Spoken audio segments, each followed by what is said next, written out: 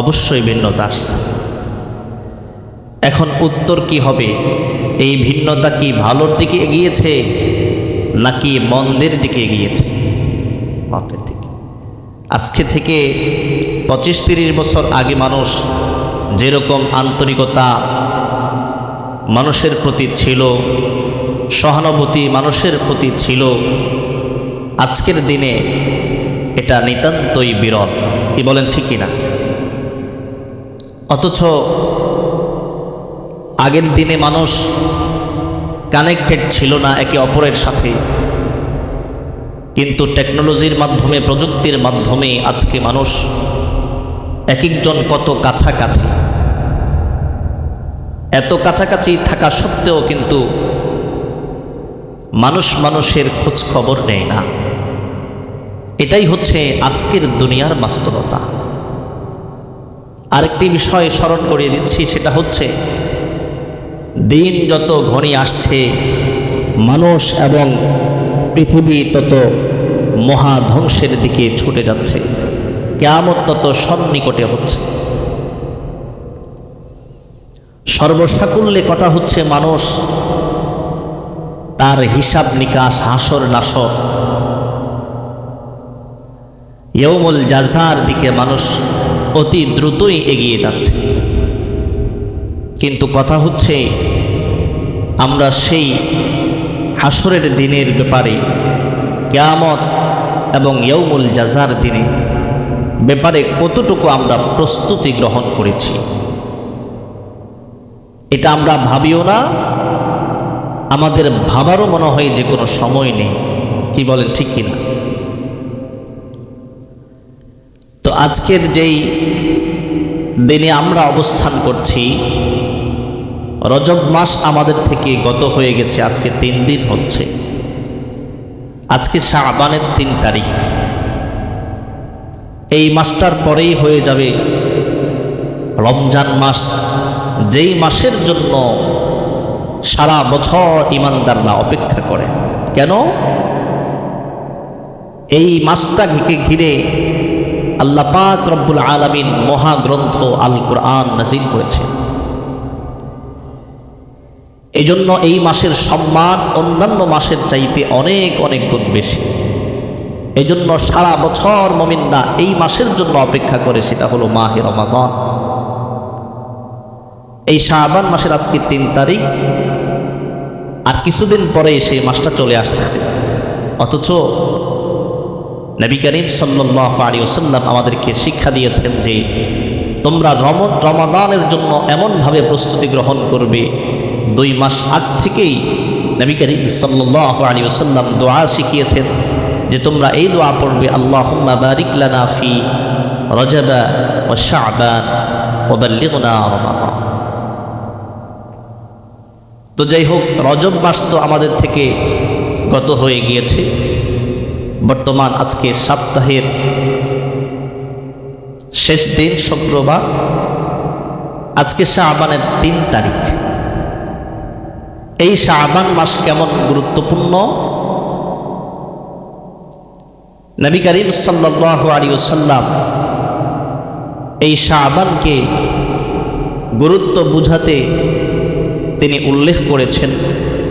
আবু দাউদ শরীফের মধ্যে এসেছে, তিনি বলেন, শাবানু শাহরি ওয়া রমাদানু শাহরুল্লাহ।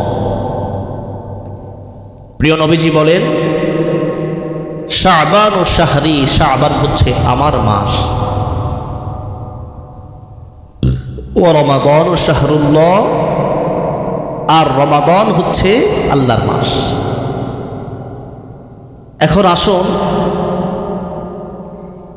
এই মাসের ফজিলত এবং গুরুত্ব কত বেশি তা আমরা একটু জানার চেষ্টা করি। কিতাবের মধ্যে এসেছে, শেখ আব্দুল কাদের জিলানী রহমতুল্লাহ আলাইহি তিনি বলেন, শাবান এটি একটি আরবি শব্দ যার মধ্যে 5টা হরফ আছে। 5টা হরফ 5টা বিষয়ের দিকে ইঙ্গিত করে। শাবানের সর্বপ্রথম হরফ হচ্ছে শিন। এই শিন দিয়ে শারফুন বোঝানো হয়েছে, তথা এই মাস অত্যন্ত সম্মানিত মাস। শাবানের দ্বিতীয় হরফ হচ্ছে আইন। আইন দ্বারা উলুগুন বোঝানো হয়েছে, তথা এই মাস সমৃদ্ধির মাস। সুবহানাল্লাহ। তিনি আরো বলেন শাবানের 3 নম্বর হরফ হচ্ছে বা। বা দ্বারা ইঙ্গিত করা হয়েছে বিররুন, তথা এই মাস নেকির মাস। সুবহানাল্লাহ। শাবানের 4 নম্বর হরফ হচ্ছে, শাবান শব্দের 4 নম্বর হরফ হচ্ছে আলিফ। আলিফ দ্বারা উলফাত, তথা এই মাস হলো আল্লাহ তাআলার ভালোবাসা অর্জনের মাস। সুবহানাল্লাহ। সর্বশেষ শাবান শব্দের অক্ষর হচ্ছে, হরফ হচ্ছে নুন। শেখ আব্দুল কাদের জিলানী রহমতুল্লাহ আলাইহি বলেন এই নুন দ্বারা নূরের দিকে ইঙ্গিত করা হয়েছে, তথা এই মাস হলো নূরের মাস। সুবহানাল্লাহ। কোন ব্যক্তি যদি এই শাবান মাসে যথাসাধ্য অনুযায়ী আল্লাহর ইবাদত বন্দেগী করে, তাহলে সে রব্বুল আলামিনের পক্ষ থেকে সম্মানিত, সম্মান, সমৃদ্ধি এবং আল্লাহ পাকের ভালোবাসা এবং আল্লাহ পাক রব্বুল আলামিন তার কলবটাকে নুরানি করে দিবেন। সুবহানাল্লাহ। এরপরে কিতাবের মধ্যে আরো লেখা হয় ইন্নামা সুম্মিয়া শাবান, এই শাবানকে শাবান বলে কেন নামকরণ করা হয়েছে? লিআন্নাহু ইয়ানশাইবু খায়রুন কাসীরুন লিরমাদানা, কেননা এই শাবান মাসে রমজানের জন্য অনেক কল্যাণ ছড়িয়ে পড়ে। এই জন্য শাবানকে শাবান বলে নামকরণ করা হয়েছে। ওয়া ইন্নামা সুম্মিয়া লিরমাদানা লিআন্নাহু ইয়ারমিদুদ দুনুবা, আর রমজানকে রমজান বলে কেন নামকরণ করা হয়েছে? রমাদান মানুষের সমস্ত গুনাহগুলোকে জ্বালিয়ে দেয়, ভস্ম করে দেয়, এই জন্য রমজানকে রমজান বলে নামকরণ করা হয়েছে। এই জন্য নবী আলাইহিস সালাতু ওয়াস সালাম বলেন, তোমরা শাবান মাসকে অত্যন্ত ফজিলত এবং গুরুত্ব সহকারে এই শাবান মাসে বেশি বেশি ফরজের সাথে সাথে নফল ইবাদতের ইহতিমাম করবে। আল্লাহর নবীর সাহাবী হযরত উসামা ইবনে যায়েদ, তিনি একবার নবী করিম সাল্লাল্লাহু আলাইহি ওয়াসাল্লামকে প্রশ্ন করলেন, সাআলতুন নবিয়্য সাল্লাল্লাহু আলাইহি ওয়াসাল্লাম, আমি একবার নবী করিম সাল্লাল্লাহু আলাইহি ওয়াসাল্লামকে জিজ্ঞাসা করলাম, প্রশ্ন করলাম, লাম আরাকা তাসুমু মিন শাহরিন মিনাশ শুহুরি মা তাসুমু মিন শাবান, ইয়া রাসূলুল্লাহ, ইয়া হাবিবাল্লাহ, আমি আপনাকে শাবানের মধ্যে যেরকম নফল রোজা রাখতে দেখতাম, অন্য কোনো মাসে এত বেশি নফল রোজা আপনি রাখেন না, এটার কারণ কি? তখন নবী করিম সাল্লাল্লাহু আলাইহি ওয়াসাল্লাম বলেন, যাকা শাহরুন ইয়াগফুলুন নাসু আনহু, তিনি বলেন এটা হচ্ছে এমন মাস যেই মাসের ব্যাপারে মানুষের মধ্যে অধিকাংশ মানুষই উদাসীন থাকে, এটা হচ্ছে এমন মাস। এরপরে নবী আলাইহিস সালাতু ওয়াস সালাম সেই মাসটার কথা বললেন, সেটা কি?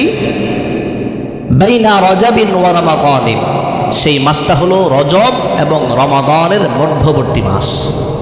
রজব এবং রমাদানের মধ্যবর্তী মাস কি? শাবান মাস। নবী করিম সাল্লাল্লাহু আলাইহি ওয়াসাল্লাম বলছেন, ইয়াগফুলুন নাসু কাসীরুন, এই মাসের ব্যাপারে অধিকাংশ মানুষই উদাসীন থাকে। আর নবী করিম সাল্লাল্লাহু আলাইহি ওয়াসাল্লাম বলেন, ওয়া হুয়া শাহরুন তুরফাউ ফীহিল আমালু ইলা রাব্বিল আলামিন, এটা এমন একটি মাস যেই মাসের প্রত্যেকটা দিন বান্দার আমল নামা আল্লাহর কাছে পেশ করা হয়। সুবহানাল্লাহ। এই শাবান মাসের প্রত্যেকটা দিন বান্দার আমল নামা আল্লাহর কাছে পেশ করা হয়। এই জন্য নবী করিম সাল্লাল্লাহু আলাইহি ওয়াসাল্লাম বলেন, ফাউহিব্বু আন ইউরফা আমালি ওয়া আনা সাইম, আমার আমল নামা আল্লাহর কাছে এমন অবস্থায় পেশ করা হোক যেমন অবস্থায় আমি একজন রোজাদার। সুবহানাল্লাহ বলেন। এই শাবান মাসের প্রত্যেকটা দিন এমনিতেই নবী করিম সাল্লাল্লাহু আলাইহি ওয়াসাল্লাম প্রতি সোমবার এবং বৃহস্পতিবার রোজা রাখতেন। নবীজিকে যখন প্রশ্ন করা হলো, ইয়া রাসূলুল্লাহ, ইয়া হাবিবাল্লাহ, আপনি সোমবার দিন কেন রোজা রাখেন? নবী করিম সাল্লাল্লাহু আলাইহি ওয়াসাল্লাম বললেন, এই সোমবার হচ্ছে আমার জন্মদিন, এই সোমবার আমি দুনিয়াতে এসেছি, এই জন্য শুকরিয়াতা সোমবারে, প্রতি সোমবারে আমি রোজা রাখি। এরপরে নবী আলাইহিস সালাতু ওয়াস সালামকে প্রশ্ন করা হলো, নবীজি সাল্লাল্লাহু আলাইহি ওয়াসাল্লাম, আপনি বৃহস্পতিবারে রোজা কেন রাখেন? তখন নবী করিম সাল্লাল্লাহু আলাইহি ওয়াসাল্লাম বললেন, সপ্তাহের বৃহস্পতিবার দিনে পুরা সপ্তাহের আমল নামা বান্দার আল্লাহর কাছে পেশ করা হয়। বান্দার সাপ্তাহিক আমল নামা বৃহস্পতিবার দিন আল্লাহর কাছে পেশ করা হয়, এই জন্য আমি বৃহস্পতিবারে রোজা রাখি। নবী করিম সাল্লাল্লাহু আলাইহি ওয়াসাল্লাম বলছেন, শাবান এমন একটি মাস, এটা সাপ্তাহিক না, বরং শাবানের প্রত্যেকটা দিন বান্দার আমল নামা আল্লাহর কাছে পেশ করা হয়। সুবহানাল্লাহ।